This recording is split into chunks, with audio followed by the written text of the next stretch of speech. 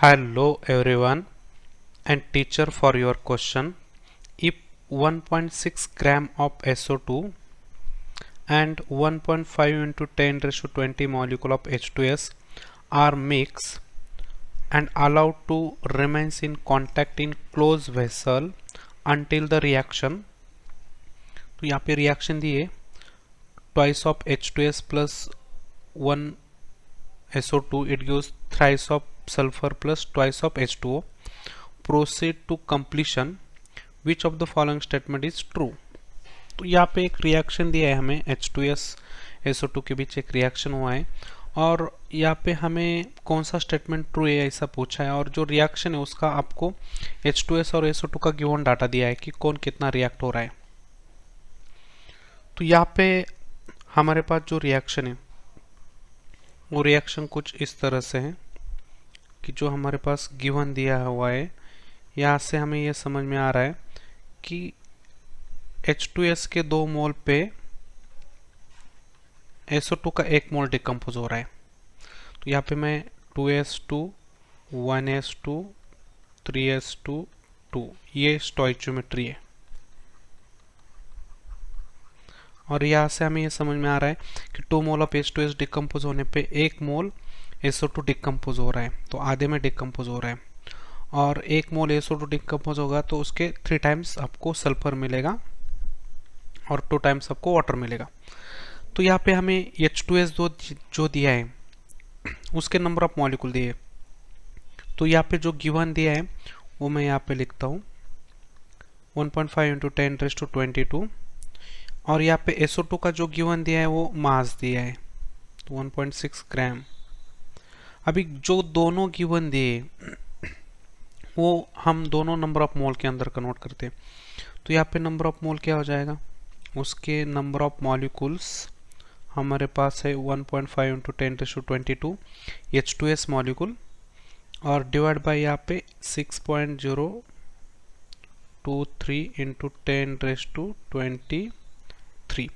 तो यहाँ पे आपको आएगा 1/4 इंटू 10 रेज़ टू -1 मोल्स ये आएंगे H2S के ऑफ H2S और यहाँ पे SO2 जो आएगा वो आएगा 1.6 डिवाइड बाय मोलर मास, तो SO2 का मोलर मास 64 है तो ये भी आपका उतना ही कैलकुलेशन आएगा 1/4 into 10 raise to -1 mole of SO2।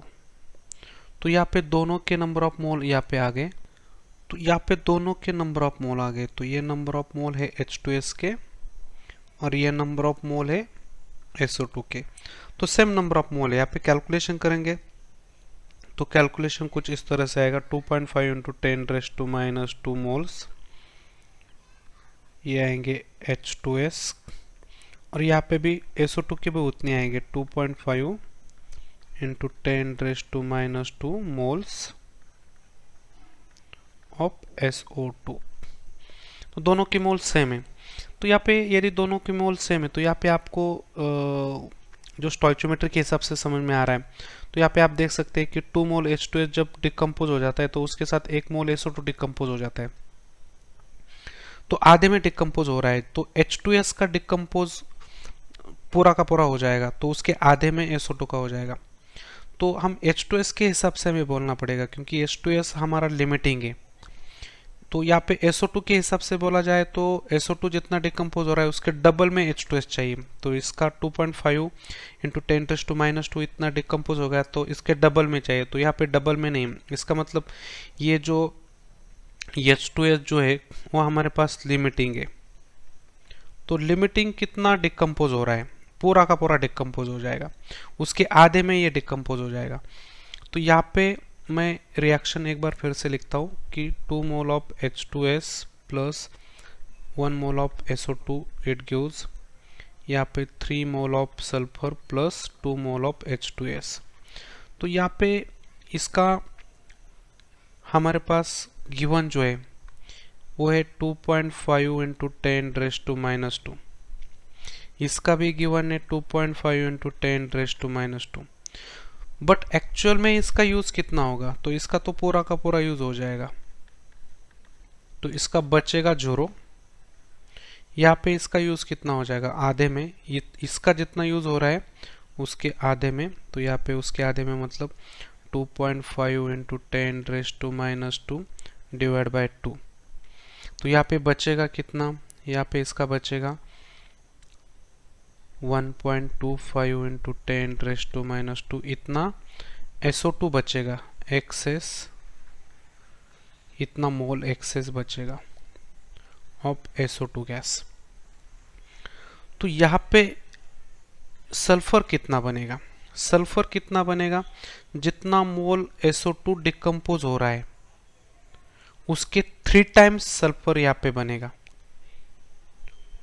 तो यहाँ पे डिकम्पोज, ये जो है ये डिकम्पोज होने वाला फैक्टर है,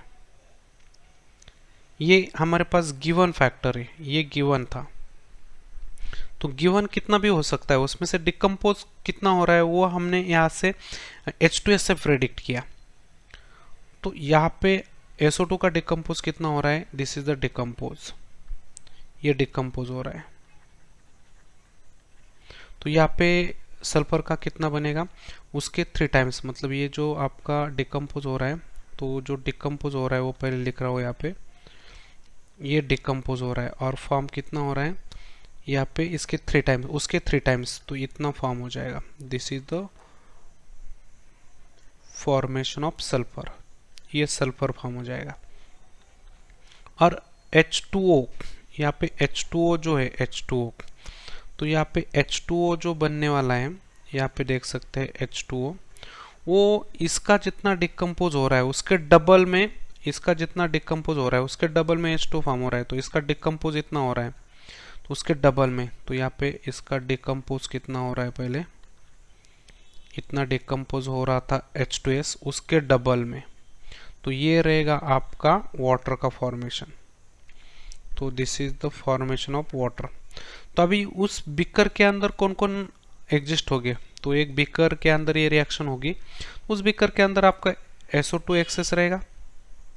तो जो कंटेनर है, जो वेसल है, close vessel, in close vessel having, यहाँ पे कौन कौन रहेगा, SO2 रहेगा कि जो 1.25 इंटू 10⁻⁻² मोल्स है। उसके बाद आपका रहेगा सल्फर कि जो यहाँ पे आप कैलकुलेशन जब करेंगे तो वो रहेगा आपका, तो यहाँ पे जो सल्फर बनेगा वो बनेगा 3.75 इंटू 10⁻⁻², इतने मोल्स बनेंगे आपके सल्फर के। उसके बाद उस कंटेनर में कौन बनेगा, वाटर भी बनेगा।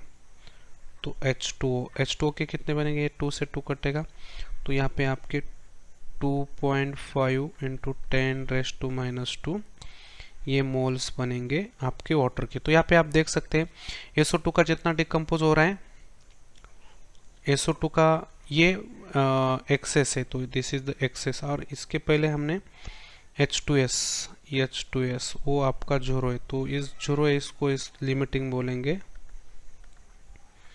इसको हम एक्सेस बोलेंगे, और ये प्रोडक्ट है। तो बीकर के अंदर आपके 3 कंपाउंड रहेंगे, SO2 रहेगा, सल्फर रहेगा और वाटर रहेगा। तो यहाँ पे आप देख सकते हैं H2S will be remains in excess, तो H2S एक्सेस नहीं है, इसका मतलब ये एक आपका रॉन्ग स्टेटमेंट हो जाएगा। SO2 will remains in excess, तो SO2 एक्सेस है, तो ये करेक्ट स्टेटमेंट है। Only sulphur and H2O remains in the reaction vessel, वो बोल रहे हैं कि रिएक्शन वेसल के अंदर खाली सल्फर और H2O है, तो ये भी गलत स्टेटमेंट है क्योंकि खाली वो नहीं है, वहाँ उसके साथ SO2 भी है, तो this is the wrong statement. तो यहाँ पे नन ऑफ दिस, कोई भी स्टेटमेंट करेक्ट नहीं है, तो यहाँ पे आप देख सकते हैं ये भी रॉन्ग है क्योंकि सेकंड स्टेटमेंट करेक्ट है। तो यहाँ पे आप देख सकते हैं कि ऑप्शन नंबर 2 जो है वो करेक्ट स्टेटमेंट है। तो यहाँ पे एक हम फाइनल कंक्लूजन लिखेंगे, तो फाइनल कंक्लूजन हमारा रहेगा in reaction vessel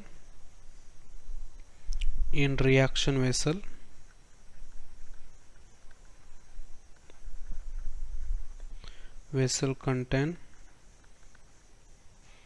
SO2, sulphur and water.